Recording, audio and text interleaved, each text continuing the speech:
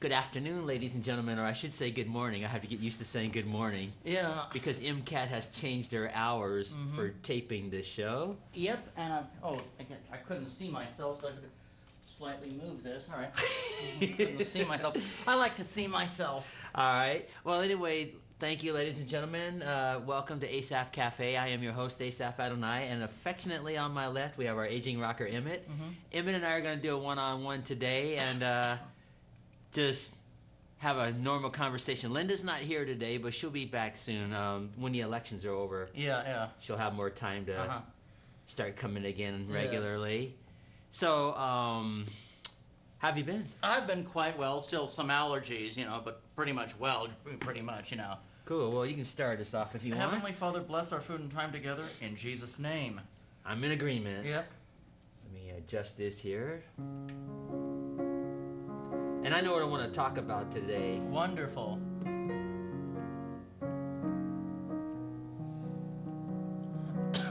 I say this, I never get tired of playing this song. Yeah, it's a beautiful song. It is. Oh, do you want some of the secret ingredient? I'll take some of that. Yeah, it's a beautiful song, yeah. Thank you, Emmett. Yeah. And thanks for the sandwich, too. Yes, certainly.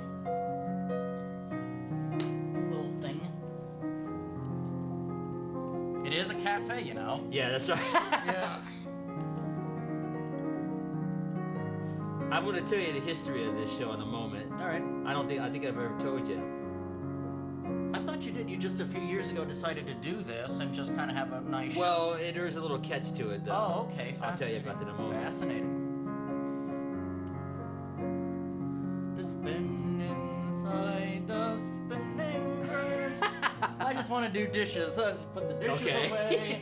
Spinning in the spinning dryer all day. Put the dish soap in and do some sweeping and some mopping. Because this is the type of music I listen to when I do house chores. Yeah, me too. Yep. And I sing stuff about like the spinning dryer. There you go. Yep, the spinning dryer. Yeah, I hate doing dishes by hand. I wish I had a dishwasher, but I don't, I have a dishwasher in my hands. Yeah. I'm sorry. Yeah, I've seen your dishwasher at home. It's fascinating. When we did that thing. Yeah. I talked to it. It's a very nice dishwasher. I got to talk to it. Isn't that I'm going to stop on that note. Yeah, we had a joke when I was growing up, when people would ask us if we have a dishwasher, because we didn't at the time. Yeah. And I would say, yeah, we have a dishwasher in my left and my right hand. Yeah. Yeah. That was our dishwasher. Yeah. But let me tell you about the history of Asaph Cafe, how this whole thing got started. Yep. Because I don't think people in TV land know how we got started. 2 years ago, when I was first working on that Lawrence Welk pilot. Yes. Before we shot that thing, we did what was called a promo. Luis and I, the lady that did the ballet dancing, I invited her here to the studio, and we did what was called a promo. And what that is we were telling the television audience that we were about to tape a new Lawrence Welk show when we were on camera. And I think I had those 2 brick walls there. Yes. And I just inadvertently, not even think, I just said, welcome to Asaph Cafe. Amazing. But it wasn't Asaph Cafe like we know it, because it was the promo to the Lawrence Welk show. And I had like 2 of these tables set up, and I had those 2 brick walls. And it sort of looked like a cafe at the time. So I just said, welcome to Asaph Cafe. And I didn't think anything about it. So we shot the promo, which was about an hour long, right? And then Joe said we had about 3 hours of recording time left after we did the promo. Yeah.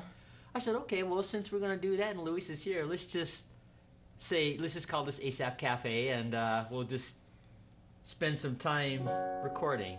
So I said, welcome to Asaph Cafe. Wonderful, yeah. So it was kind of an accident how it happened. And then after we used up that 3 hours recording time, I decided to call it a pilot for Asaph Cafe. And so next week, we started that series. And that's how Asaph Cafe came into existence. Fascinating. It was an accident. It was an unplanned accident when we said on the promo, welcome to Asaph Cafe. And then the week later, we started the series. And when we first did Asaph Cafe, it just had 2 brick walls and this table here. That's it. Yep. And at that time, I I used to go downtown. I just invite people at random. It was unplanned. There was no Patty Reed at that time. There was no Emmett then. There was no Linda Brooks Curtis or any of the other people. Yeah. I would just go downtown and just say, hey, you want to be on TV? And it worked for a while. Yeah. And I think it was like during the summer and stuff like that. So, and then over time, I had to start planning because it was getting too hard to get people to come at random. And that's how Asaph Cafe was born. Fascinating. And you know, when I first created this show, I didn't think it was gonna last. I thought I'd do maybe a month or two, and it just fall by the wayside. Yeah. But as I started doing it, people started tuning in. Yeah. And then people started watching this, and it was just a conversation like what you and I are doing. I just tell people, all you do is just talk to me as I play the piano. That's it. No script, impromptu, just talk about whatever you want to talk about. And people actually started watching it in the beginning stages, and people started showing up wanting to be on the show. And then Patty Reed, she eventually started coming. Then she started coming every week. This is before you started coming. And she would bring her dog Pee-wee, and it was just the cutest thing. And it just started evolving. And then we had those 2 brick walls. Eventually we had 3 brick walls. And then it just started growing, and people started coming. And then let's see, I think Linda Brooks Curtis came as an original guest with her friend Jack Weigman. And then all of a sudden, Linda started coming, and Patty started coming, and other people started coming, and it just started growing. And then Louise came on occasion. And then by the time we got to our 50th show, Mayor John Ingen was here. Yes. And it just took off. Fascinating. And then eventually you started coming. And what was interesting is when you started coming, the show just, I think it started expanding even more. Because of your own audience. You know, from your show.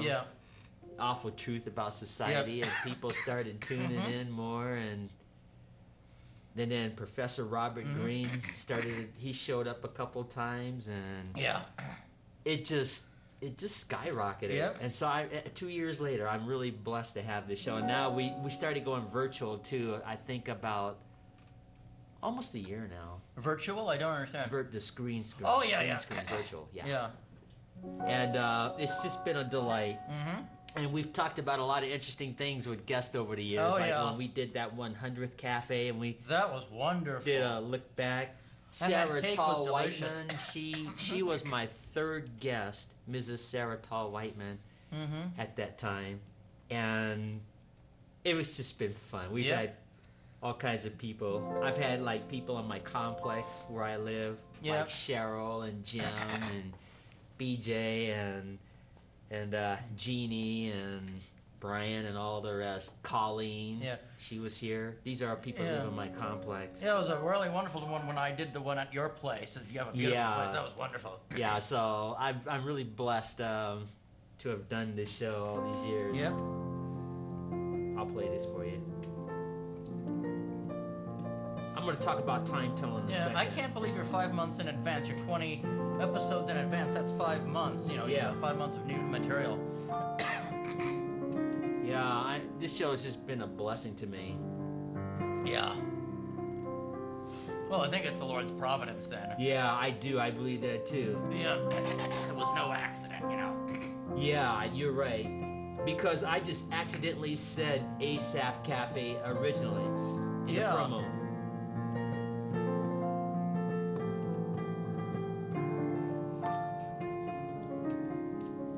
Beautiful song.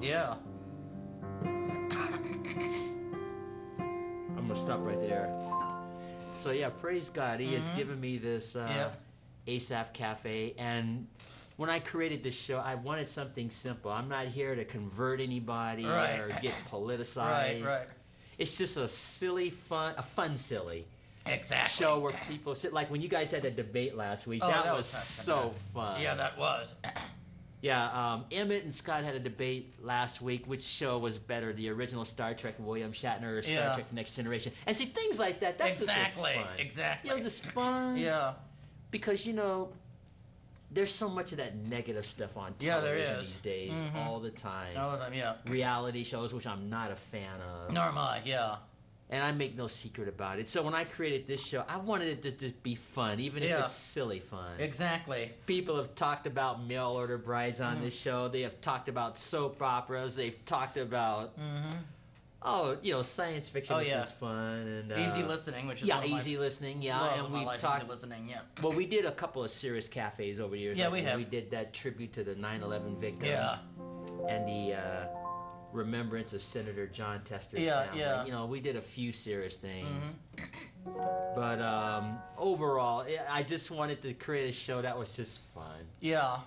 And I have people to this day coming up to me, watching this and enjoying it or wanting to be part of it and stuff like that. Just from an accident. So you're right. I think it's the Lord's providence. Like I stated, I just said, welcome to Asaph Cafe. And I hadn't even thought of this show at that time when I said it. Exactly. So, yeah, providence. God has blessed me. So I just wonderful. And I know you've been doing your show, 20 years now? Yes. So... That's, of course, a completely different format that's very serious. And I realize, your show is... Hey, let's talk about your show. How did you create your show? What was the... That's easy. It was also providence, I guess, as well. Thing is, back 20 years ago, I used to have a big mohawk leather jacket, really pumped out, the whole thing. I needed a part-time job because I was laid off from 4Bs. Well, I assumed that there used to be a record store, tape store, whatever you want to call it, in the Southgate Mall called Disc Jockey. I often got punk rock tapes there, like Black Flag and some others, and I thought, well, maybe like the 70s, they'd hire someone with a mohawk. You know, that we have punk rock tapes, I can show them what it is. There's rock and roll, there's heavy metal. They won't mind. They did. They said they weren't hiring at the time. I see. But they said, we won't hire anyone with a mohawk. And I said, well, what if I put a baseball cap on my head? And they said, nope, we still can't do it. And I said, but in the 70s, said that to you? They really said to you, yeah, exactly. And I said, but in the 70s, they would have done it. A lot of me said, they said, this isn't the 70s, this is the 90s. So I was sitting in Coffee Row, a coffee shop they had in Southgate Mall, and I said, this is a straw that's broken, this camel's back. I've heard of MCAT. I wonder if I couldn't get on that show on MCAT, and expose Disc Jockey and the awful treatment of punk rockers and a few other things about society that I hate. Work, school, everything. And I thought it would only last 15 shows. Yeah, it seemed like with this cafe, And they welcomed me in. I went to the orientation, and I got the show together, and it was just going to be a one-man thing, and I called it The Awful Truth About Society. And I thought it was just going to be 15. Then it was 20 more. It's going to retire, but I did not know how to give it back and back and back and back. That's the same with this cafe. I didn't think that was going to happen. Yeah, and I'll tell you, at first, there was a lot of compliments and a lot of complaints. People would call in because they didn't have the internet and go, I love this show, or I hate this show. Who is this Elliot? Who used the programming? Who is this guy with this mohawk? You get him off the air. I don't like what he's saying about the schools. I don't like what he's saying about the government, and they hated my mohawk. Yeah. Well, I thought it was cool. I've seen the film clips of it, and that's what I liked about it. And if we do that new Lawrence Welk show, I wish you had your hair like that then, because I could sure use that. Yeah. I'd just rather be retired, because I am retired just because of health problems. I can't slam dance anymore. You couldn't give me an android body, could you, like Data? Because then I could be a punk rocker again. Yeah, you could be an eternal punk rocker, yeah. It's like that Star Trek episode with Dr. Roger Corby. Remember, he was looking for immortality, and he put himself inside that robot body. Yes. But even though he put himself in the robot body, he still had the bad tendencies. Yes. So, well, that's science fiction for you. But that's really cool how you showed the history of your show. I didn't know that. How you absolutely. All from putting a job application in, huh? Yeah, because they turned me down. They didn't even put one in. They just said I can't work here because of my mohawk and I have to shave it off, and they weren't even hiring. But that was just the straw that broke the camel's back. And well, there's something about our culture that says you have to look a certain way before you get a job, and I think that's stupid. It is absolutely. When I was 16 years old, and I think I told this story once before. I went into a restaurant, and there was an African-American manager there. And I had these yellow pants. They were bright yellow like cords because my family was going through some financial hardship at that time. And the manager just looked me up and down like this, and he goes, because I had asked him if I could put an application in, and he looked at me after sizing me up. He goes, "Young man, first of all, you think you're going to get a job in this restaurant with those pants on?" And he says, "You go home and you change your clothes and you come back and then I'll give you an application." Oh, I was devastated. Oh, absolutely. I was crushed. Yeah. Because my first thought was, this man is making a judgment of me and he doesn't know the circumstances. Exactly. He didn't know about the financial hardship stuff. Yeah. And from that experience, it bothered me that I didn't want to be conformed necessarily to these so-called rules of society. Yeah, exactly. You know? I've talked about that on my show a lot. Yeah, but that bothered me. I got same on that here, bus, same and here, I was processing that, and Yeah. it really bothered me that afternoon. Yeah, absolutely. That this manager cannot even give me an application to take home Yeah. because of the pants I was wearing. Yeah. Just like your mohawk. Exactly. I'm older now. I would have told him to myself, "You can take and stick that job up, you know what." Yeah, But, exactly. Exactly. you know, when you're 16 and young and you're impressionable and you want to conform and fit in. Yeah. And then after a while, I just rebelled. I'm Oh, like, absolutely.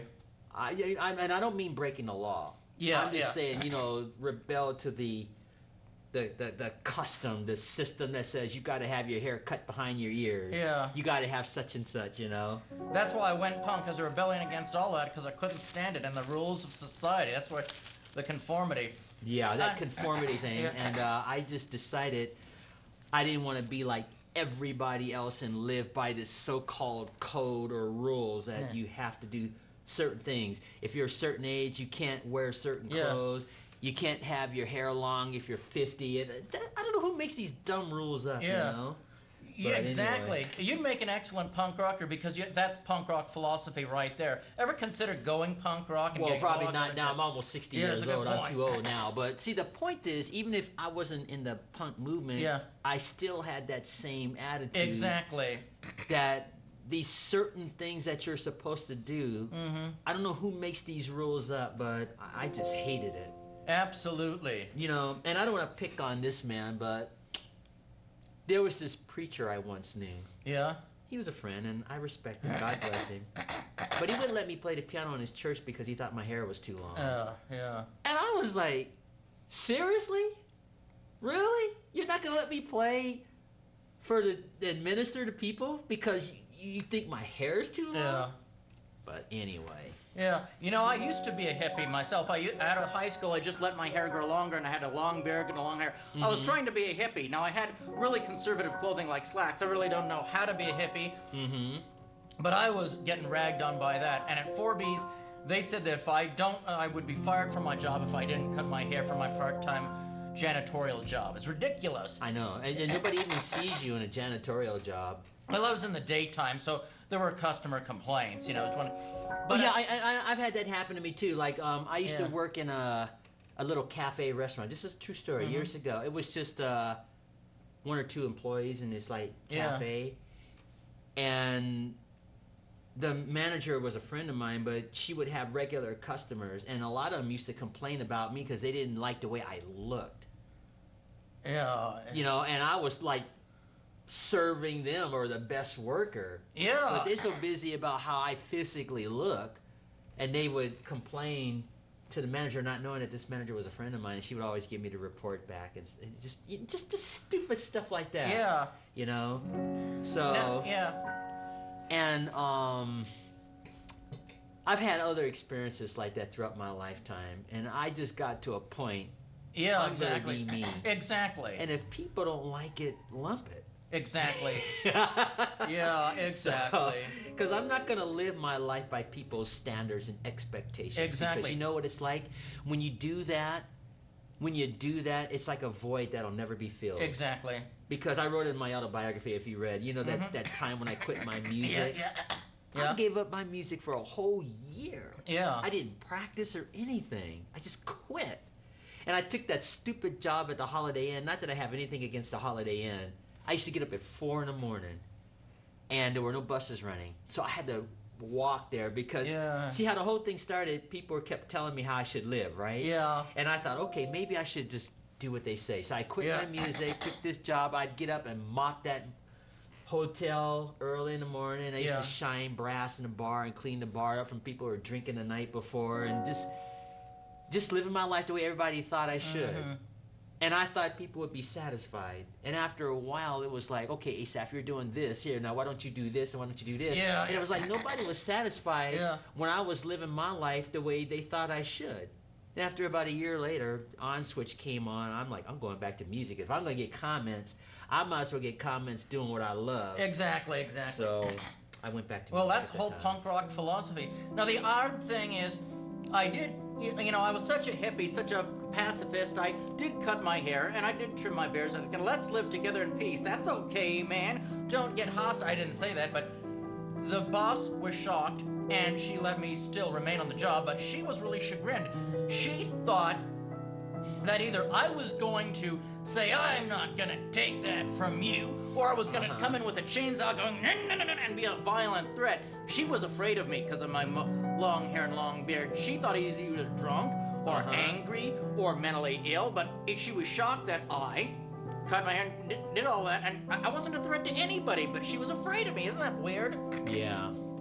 She had this idea that I was a psychopath or losing my mind because I had long hair and a long beard and trying to be a hippie, or whatever I was trying to be, Yeah, it's just that conforming. Yeah, exactly.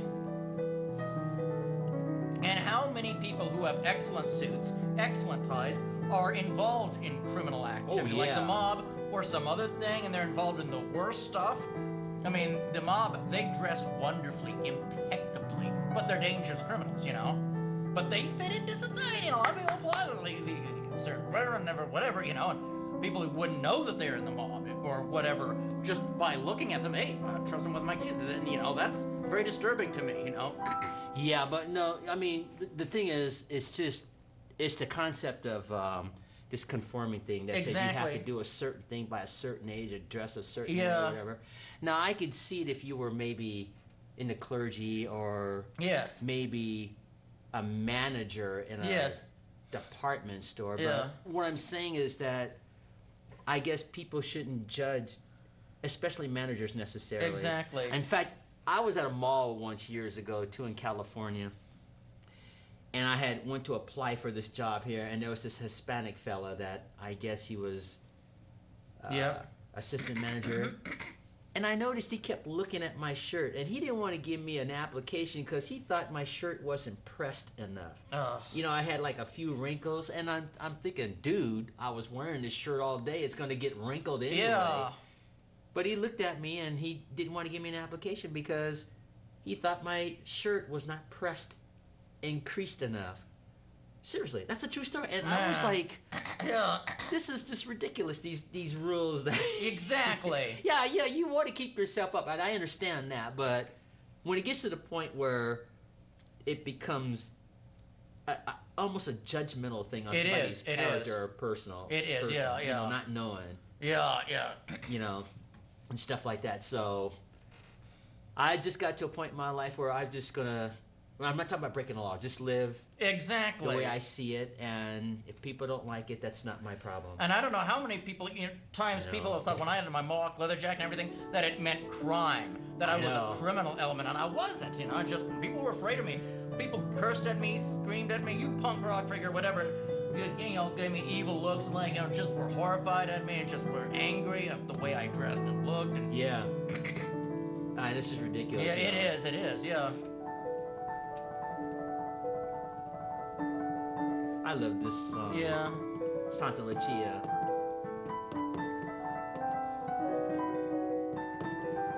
Well, thanks for coming today and doing this with me. Yeah.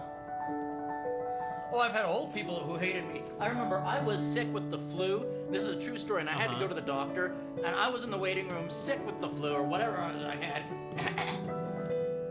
And this old elderly gentleman came up to me and said, "What Mohawked Indian tribe are you?" And I said, "Oh, no, I'm sick." And then he said, "Pig."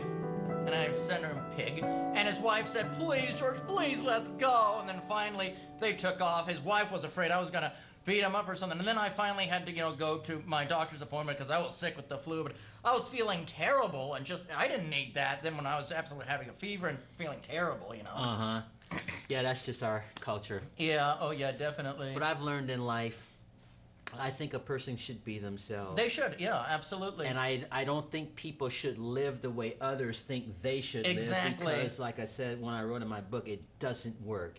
Yeah. If you live your life by people's expectations and standards, it's never going to be enough. It'll always be something else or something else or something else. You know, like there will be. You know, like when you give in to that, like I did. And then they own you. They own your life. You're no yeah, longer. I mean, I literally quit playing for a whole year and was doing everything that people thought I should. It was never enough.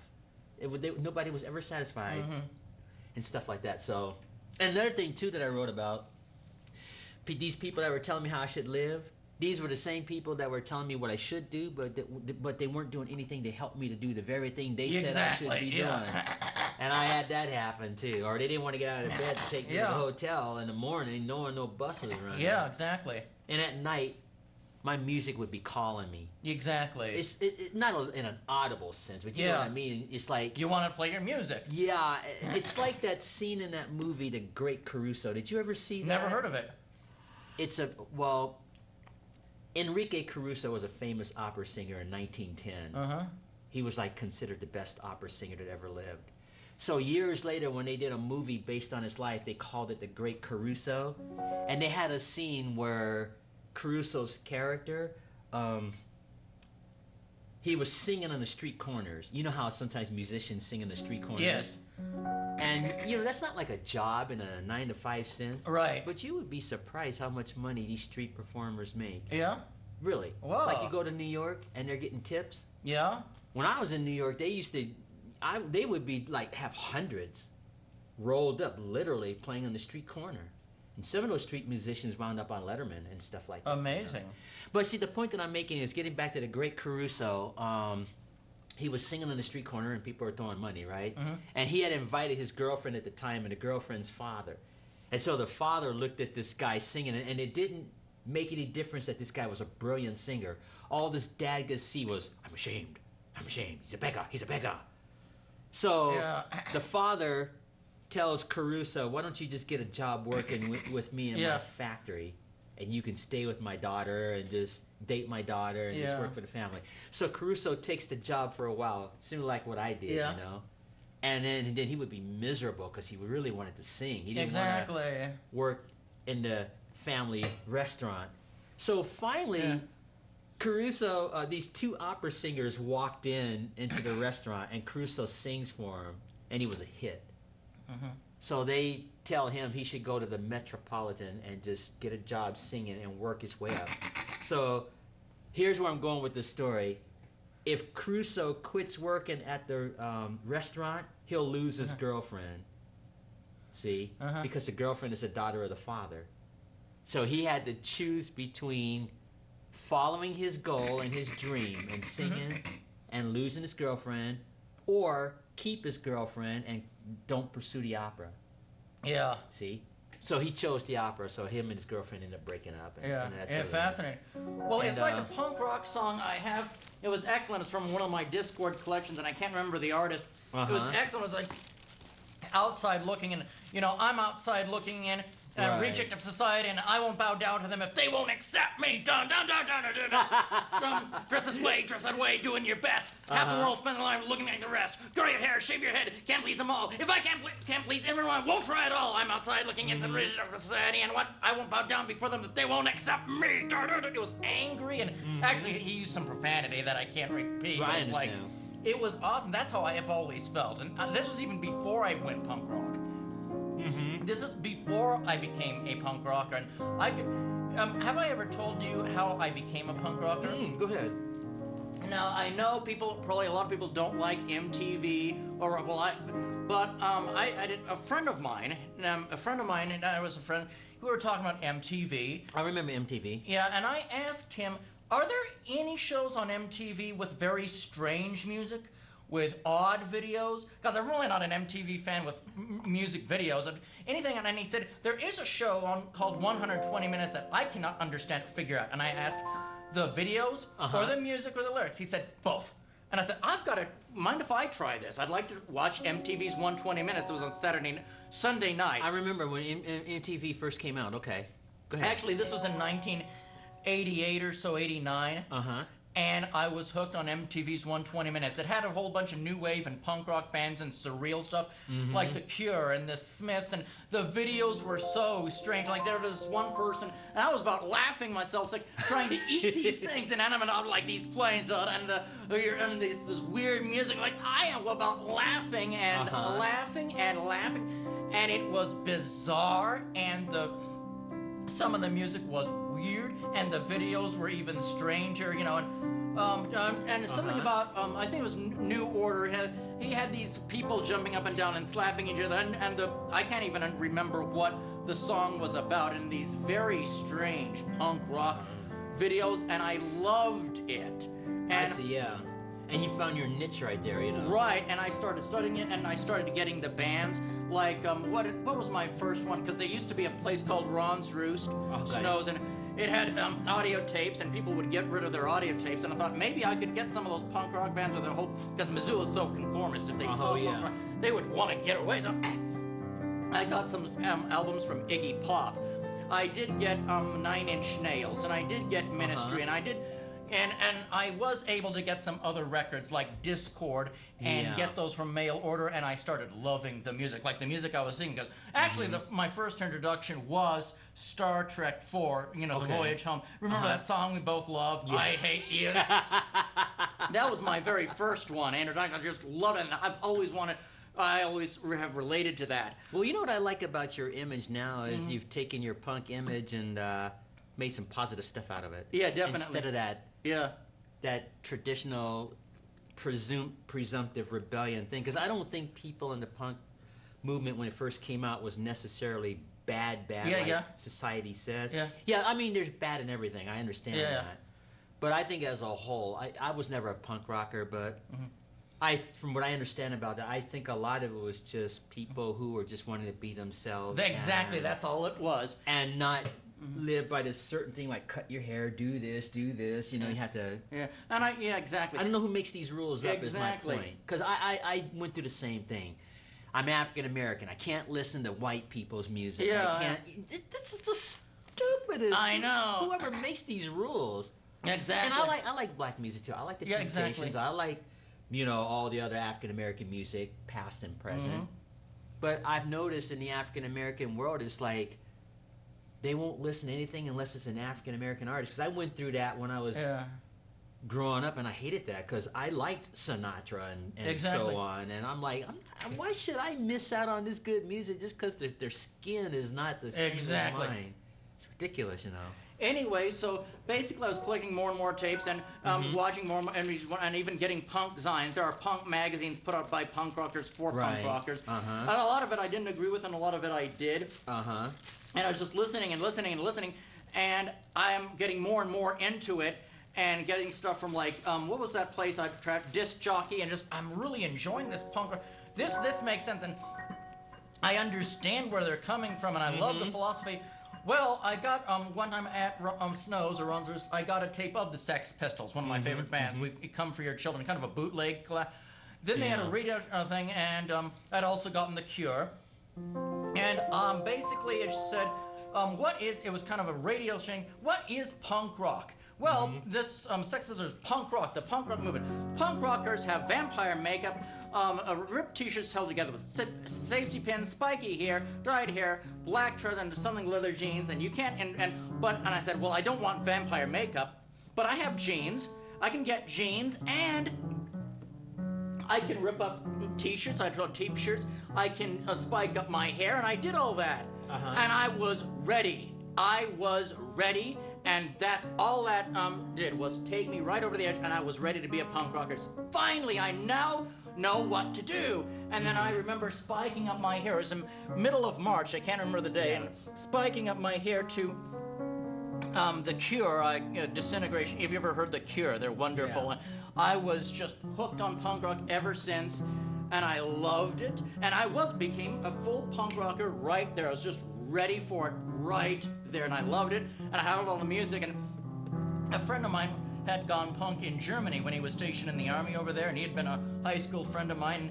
He shared with me some of his punk rock music, and I even finally found some good beer. I'm not plugging alcohol. No, I understand that. I love beer. And there was some microbrews because I hate Budweiser or anything. There was some good microbrews and imports, and I was enjoying this. And like, I was ready for the whole shebang. And I kept that.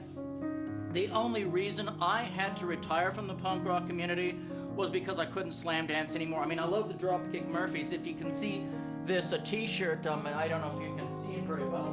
A friend of mine gave me this Dropkick Murphys. They're an excellent punk Irish band, and they came to town saying, as I used to be able to slam dance and just slam dance like this in the pit, just slam like this and not break a sweat.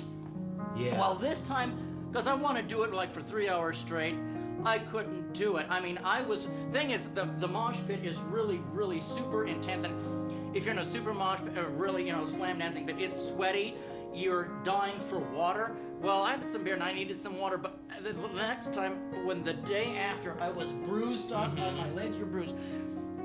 I felt like so exhausted, I was completely bruised up. And you just knew it was time to stop, yeah. You're tired, and I prayed about it. Lord, if it's all the same to you, I can't do this anymore. I've got to be physically fit. I think I'd be getting in the way of the punk rockers more than helping if I can't keep up in the slam dancing. And I love slam dancing. It's like an addiction, Lord. It's like the Lord seemed to say, Emmett, what do you want? Whatever you want is okay. And I said, Lord, if it's all right, I think I'll retire. And I never thought I would. I never thought I would retire from the punk rock community. You may have retired from the movement, but you can still keep the image. And like I told you, if I get that Lawrence Welk thing, I want to use that character of yours, and of course on the cafe. The reason I don't have the image so much anymore is because I don't want to advertise or make it look like I'm a punk rocker, so I'd be invited by the punks to punk shows and then have the same thing happen and really get injured, because now I think I'm worried I could get injured in a mosh pit. And I don't want that. I can't keep up with the younger kids. I mean, they had so much energy, more energy, because when you're young, you got all that energy. But if you're older, you can't do it so much anymore. And you can still take what you have, like your show. Absolutely. I still have the beliefs. I still have the punk rock beliefs, exactly. I still have the beliefs. Kind of like, even if you're not in the Marine Corps, if you're a Marine for life. Even if you've been injured in war and can't do it anymore, once a Marine, always a Marine. And I'm punk rock in my heart. Once a punk rocker, always a punk rocker. I'm not going to conform to society and obey all those stupid social rules. And I know. I'm not going to do the rules. Yeah, I know. I don't blame you. I'm like that too. And it used to get me into a lot of trouble growing up. Oh, same here. Oh, my goodness. Yes. My birth mom, I love my birth mom, but boy, we would clash because she was always trying to get me to be like everybody else. Yeah. And one day I said to my mom, okay, so if everybody jumps off a bridge, are you going to do it too? Yeah. After she hit me and told me to get out of her face, but... That's the thing, I think people should be themselves. Yeah. There is one thing, by the way, folks. There is one thing that I've kind of joined as far as when I was a punk rocker. Ever hear of Minor Threat by Ian MacKaye? Ian MacKaye started a band called Minor Threat. That sounds barely familiar to me. Barely familiar. He started what is known as the straight edge scene in the 80s. It was kind of it was basically not a set of rules, but it was like, don't drink, don't smoke, don't have premarital sex, and don't do drugs. So he was doing a positive thing, is what you're saying. Exactly. It was wonderful. It said, it isn't a set of rules. It's just that I've got my life straight. That's why I have the advantage on you, because, I mean, I saw on my generation all these kids just doing drugs, messing around, doing all this foolish stuff, and I can't fit in with that at all. I don't want to. We can beat that, and as punk rockers, we don't have to do drugs or do all this other bad stuff that's going to harm our bodies. And he said, it's not now I drink, and I have smoked once in a while, but I don't have premarital sex or do drugs. I will not touch drugs at all. That's interesting you said that, because people that are into the punk movement, if they see a role model, punk guy that says don't have premarital sex or something like that, you can reach those people. Because a guy coming in there with a suit and a tie telling some young kids, and you don't know what their background is or their relationship with their family or their parents, and you tell them don't have premarital sex, they're going to look at you like you're from the moon. Exactly. But if some punk guy comes up there who's a role model in their eyes and says it, then you'll reach him. Absolutely. So absolutely. That's all I was saying. Absolutely. Well, we got about 15 minutes left. This time just went by so fast. Just talking about this. Exactly. And I want to talk about Time Tunnel real quick before we end. That's perfect. Irwin Allen has been, well, not him personally because he's gone. MeTV's been showing what they call it, the Irwin Allen Classics. Oh, cool. Every Saturday night they have Land of the Giants first, and then Time Tunnel, and then Lost in Space, and Cool. then Voyage to the Bottom of the Sea, and then finally the Planet of the Apes. Cool. The television version based on film.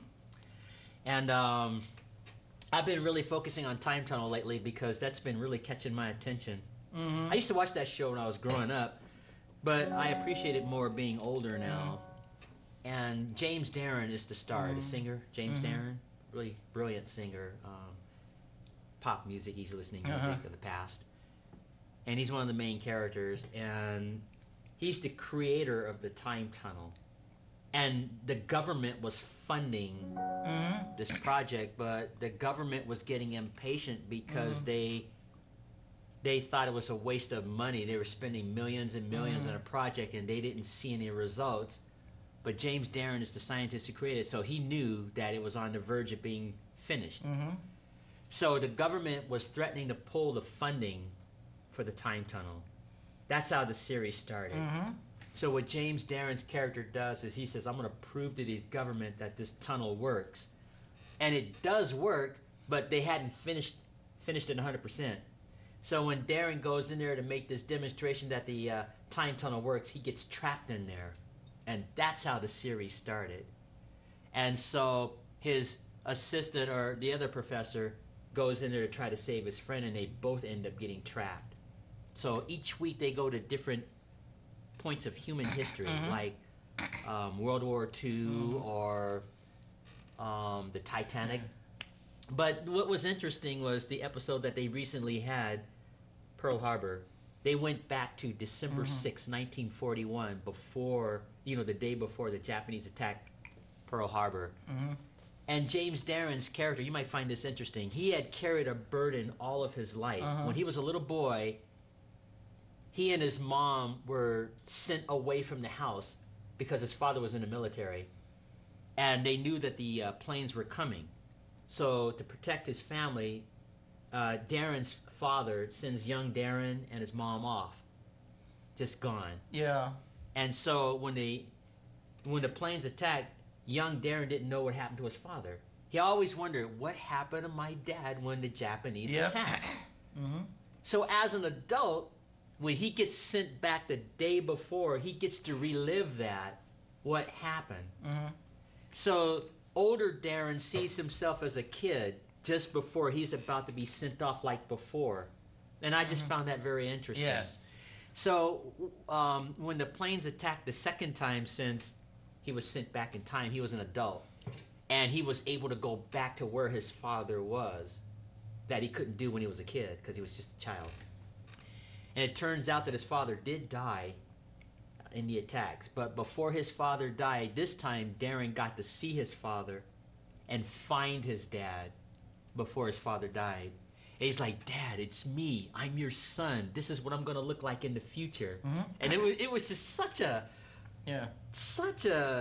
moment there. And the father looks at his son and recognized his son. He said, well, I'm glad my son grew up to be a strong, good-looking young man. And it was just such a neat scene that he could get closure, that Darren's character could get closure on that. Yeah. But, another thing that was interesting, I'm watching the time, before Darren gets to see his father, he gets captured by the Japanese. And they put him under that truth serum, because that's when they were experimenting with the truth serum. And he's like, where are you from? Who are you working for? And under the influence, he's like, I'm from your future, and I know that you guys are going to attack Pearl Harbor here in a few hours. And instead of the bad guys thinking this guy's telling the truth, they thought it was a mind-altering thing the United States created to deflect the truth serum. Isn't that brilliant writing? It is. That's just brilliant writing. Yeah. So the Japanese, when they were interrogating Darren under the influence, they thought he was lying. They thought the United States was lying. So, and of course, history says that they lose the war anyway. Yeah. But no, that time tunnel, that is just such an interesting show to me. Yeah, they just have all these different plot lines. Like when they had the first episode, they went back a few hours before the Titanic sank. And Darren was trying to plead with the captain to turn that ship around and just take it off course a few degrees. And the captain thought that they were just stowaways, first of all, for starting up all this mess and just troublemakers. So the captain puts them in confinement for a while, and just brilliant writing. Yep. And there was one woman on that ship that believed that Darren was from the future. And you know how the captain started believing that he was telling the truth? Mm-hmm.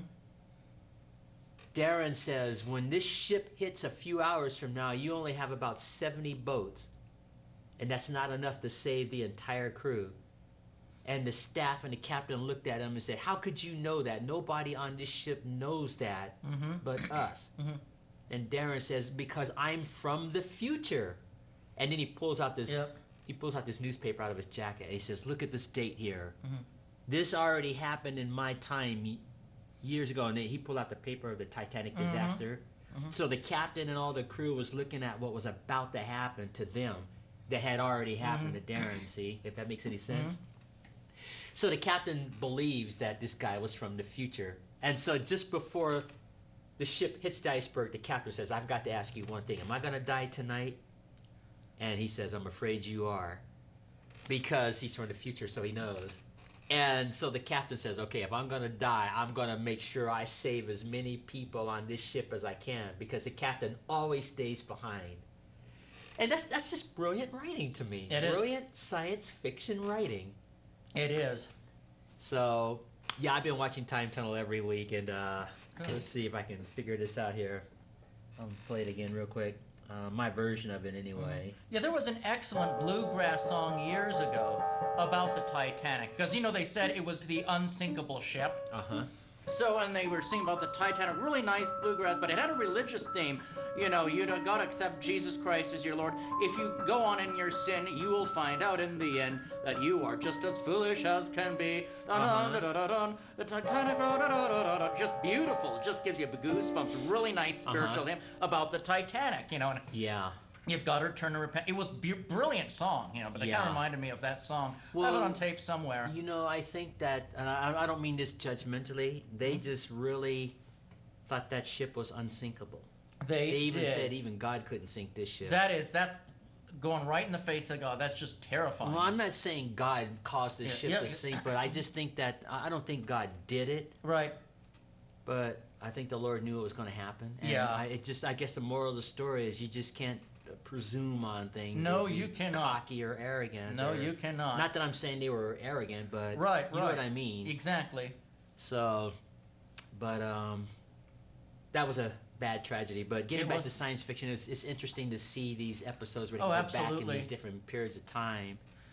I wish my VCR was working. I wish I had videotape so I could record all this, but because I just go to bed very early, like 10 or 11. I just can't stay up. You know, I might be able to make you a copy of the pilot episode of Time Tunnel. Yeah, or maybe at least do you have the copy of the pilot episode of Land of the Giants? Yes, I do. Oh, cool. Yeah, that'd be cool. I do have the pilot episode when they first crashed on that that was planet. cool. I have that. Because when they first started showing those Irwin Allen films, they showed the pilot episodes. Excellent. They showed the pilot episode of Land of the Giants, how they even got trapped on that planet to begin with. Yeah, that's cool. And Time Tunnel, they had the pilot. So I have those two pilots in my collection. Yeah. I'm not taping the whole series. I just wanted the pilot episodes. That's all. Yeah. Even I've learned. I don't know how I learned this, but remember the old Land of the Lost? That was. Yeah, I didn't watch that as much as I did Land of the Giants. Yeah, I love Land of the Giants was more interesting. But that's on MeTV at 6 o'clock in the morning or 6:30, and they even have Puffin stuff. Something. HR Puffin stuff. Yes, they do have that. I didn't know that. They on MeTV, but it's like 6 a.m. in the morning or 6:30. Oh yeah, I don't want to get up at 6 a.m. to watch HR Puffin stuff.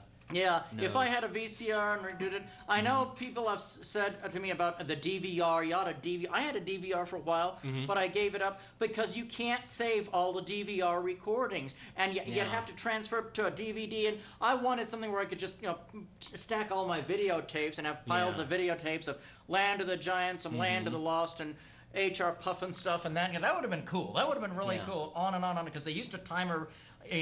On a VCR, have a timer recording, and while you slept, it would just come on.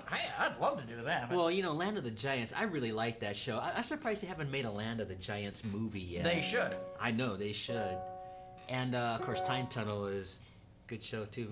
I'm surprised they haven't made a movie of that either. But yeah, I'm a late sleeper. I get up at 9:30 or 10 o'clock. I got up at about 9:30. Yeah, today. I like to do that too. I slept in a little bit today. Yeah. Now, my final words before we close. I don't know if you know Noelle McAvoy is leaving Wake Up Missoula. No, I didn't. No. Yeah, she's going to be moving, and I'm going to miss her. Yeah, definitely. She's such a good reporter. Fascinating. Oh my goodness, it's just been such fun. Wonderful. Yeah. Noelle, you're going to be well missed when you leave. Yep. But I wish her all the best. Mm-hmm. Wake Up Missoula. It won't be the same anymore without her.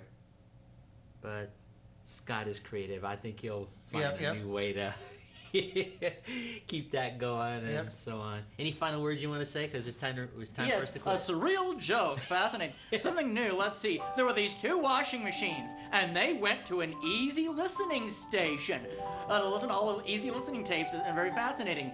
But then this one, and they were splashing around in the coffee cup, because there's coffee at an easy listening station. And this one driver said, "Oh, I can't see around that. Ha ha." I'm running out of surreal jokes because I've told so many. No, they never get old as far as I'm concerned. Wonderful. People comment about those jokes that have watched this show. Oh, cool. Yeah, I just wanted to let you know that I think they're funny. They're so different that they're funny. Exactly. Well, it's time to sign out of here. And when I leave, just make yourself home. I'll just walk around here and I'll shut everything down. I am Asaph Adonai, and this is Asaph Cafe, and we're just talk, Yeah, fascinating. And I having a one-on-one. And I'm glad you got to talk about the history of your show and the punk movement. How I got into it. Yeah, definitely. I thought that was interesting. Thanks for this sandwich too. Oh, certainly. Did you get this at the Wardens? No, I got it at a memorial for Mike Fellows. I got some leftovers, so yeah. Oh, okay, memorial. Okay, cool. Yeah. Well, I'm sorry he's gone. I know, very much. Yeah. Went to his memorial, very nice. And that was today, right? His memorial? No, it was about last Saturday. Okay. Yeah, last Saturday. Yeah. All right. Well, it's time to sign off. Thanks for tuning in. I'm Asaph, and affectionately our aging rocker. So until our next show, Maranatha.